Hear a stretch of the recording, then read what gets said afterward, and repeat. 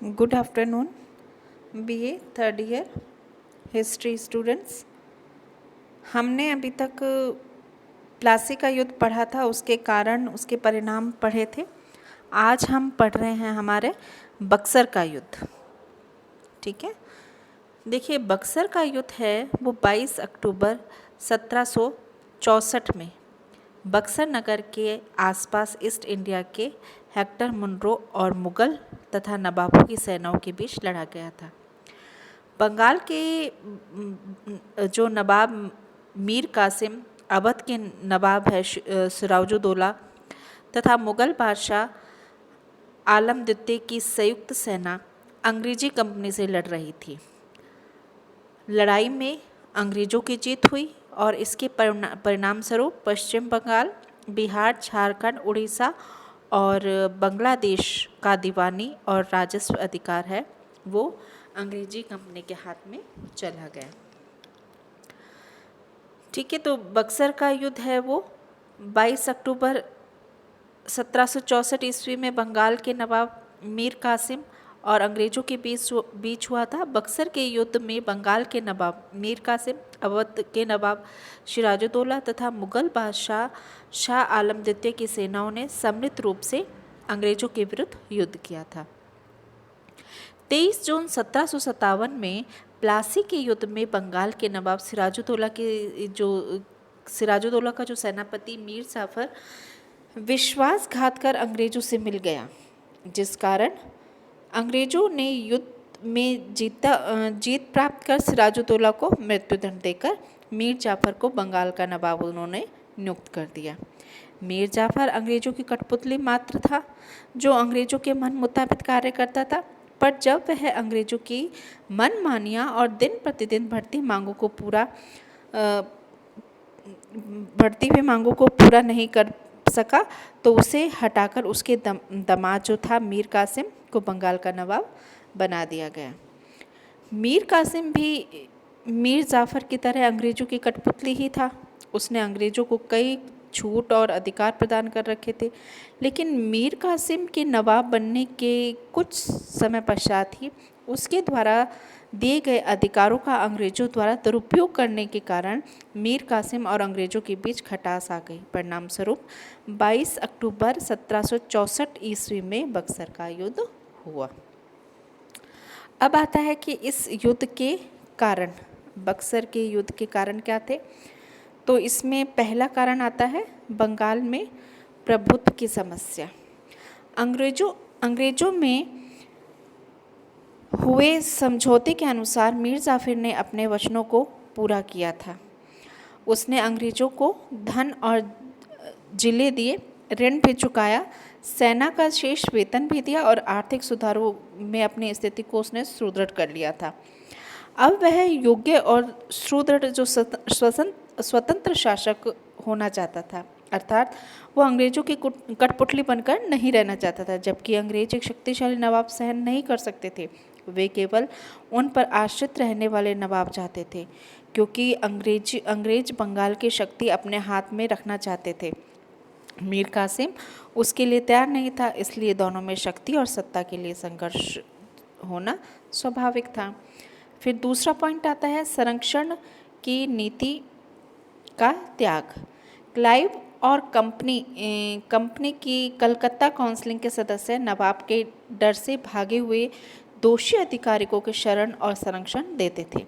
कलकत्ता में कंपनी के नवीन governor Washington के हस्ताक्षर और हस्तक्षेप और संरक्षण की यह नीति त्याग दी। पटना में बिहार का सूबेदार रामनारायण नवाब के आदेश की अवहेलना करता था, क्योंकि उसे अंग्रेज का संरक्षण प्राप्त था। जब मीर कासिम ने उसे पद से पृथक किया और उसकी संपत्ति जब्त की, तब वाशिंगटन ने कोई हस्तक्षेप नहीं किया।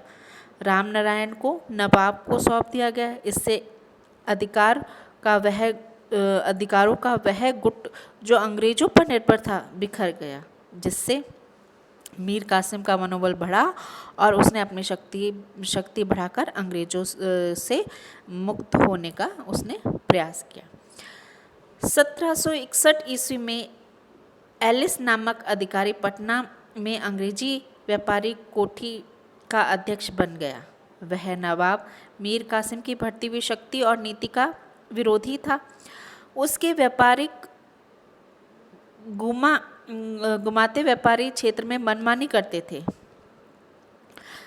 तभी नवाब के अधिकारी उसको रोकते तो वे कंपनी के सैनिकों की सहायता से उसको पकड़कर बंदी बना लेते। एलिस के इस व्यवहार से नवाब और अंग्रेजों के बीच वैमनस्य और संघर्ष प्रारंभ हो गया और धीरे धीरे चुंगी कर संबंधी झगड़ों ने उग्र रूप ले लिया। अब नेक्स्ट पॉइंट आता है अंग्रेजों का व्यापारिक विवाद। मुगल सम्राट फारूक सियर ने अंग्रेजी कंपनी को निःशुल्क व्यापार करने की सुविधा दी, जबकि कंपनी के कर्मचारियों ने अपने निजी लाभ के लिए इस सुविधा का उपयोग किया था। वे बंगाल में अपनी व्यापारिक माल पर कर देते थे। वे भारतीय व्यापारियों की अपेक्षा सस्ता माल बेचते थे। ब्रिटेन अधिकारी अपने दस्तक भारतीय व्यापारियों को बेच देते थे।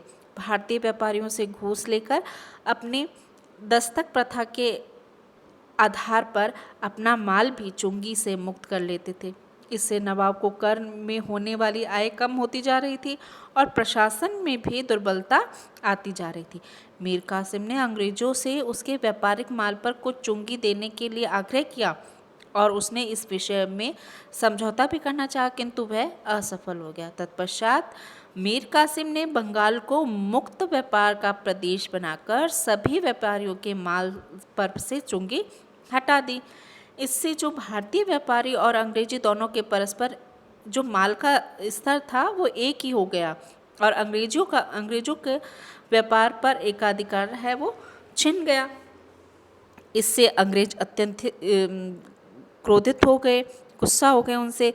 तो कलकत्ता की काउंसिल के नवाब ने भारतीयों पर पुनः व्यापारिक कर लगाने की मांग की और कर मुक्ति से अंग्रेजों के जो हानि हुई है उसे भी पूरा करने को कहा, किंतु नवाब ने अंग्रेजों की ये मांग ठुकरा दी। अतः जो अंग्रेजों और नवाब के बीच संघर्ष होना अनिवार्य सी बात थी।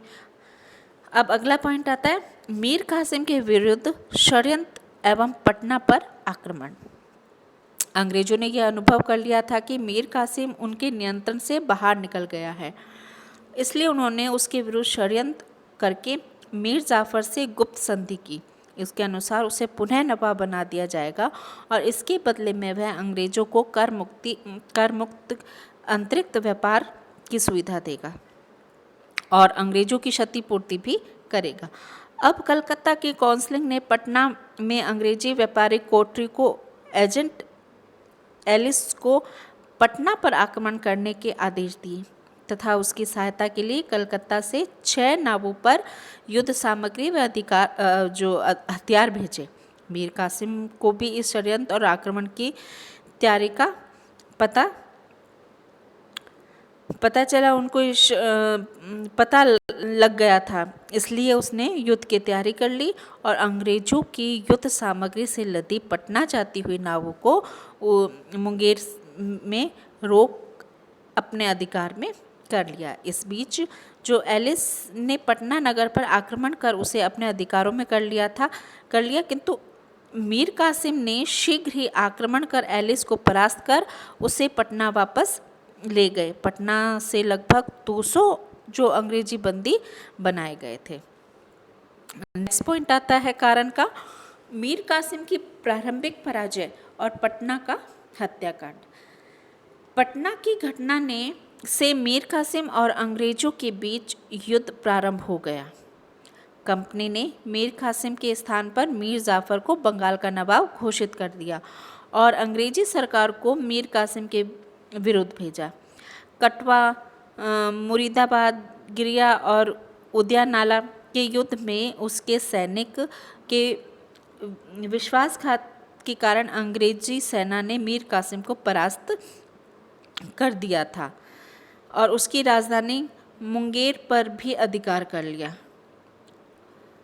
जब मीर कासिम पटना की ओर भागा उसके विरुद्ध अंग्रेज़ों के षड्यंत्र और उसकी विजय ने मीर कासिम इतना क्रोधी हो गया था कि उसे पटना में अंग्रेज़ों के लिए जो घोषणा की थी कि यदि अंग्रेजी सेना युद्ध बंद नहीं करेगी तो वह समस्त अंग्रेजी बंदियों का वध कर देगा। अंग्रेज़ों ने इसकी उपेक्षा की। फलतः मीर कासिम ने एलिस सहित अन्य अंग्रेजी बंदियों का पटना में कत्ल करवा दिया।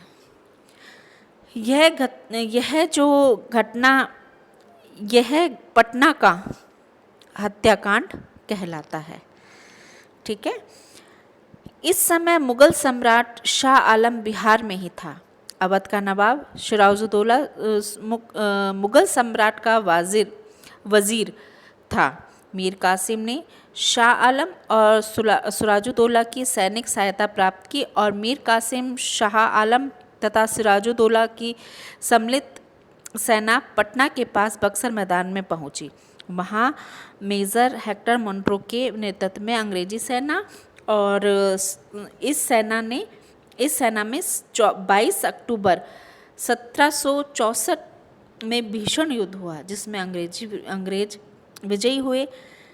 शाह आलम अंग्रेज़ों से मिल गया, नवाब सिराजुद्दौला अवध चला गया और मीर कासिम भागकर दिल्ली की ओर चला गया। और 1777 में उनका देहांत हो गया। बक्सर विजय के बाद अंग्रेजी सेना ने आगे बढ़कर इलाहाबाद और चिनार पर भी अधिकार कर लिया।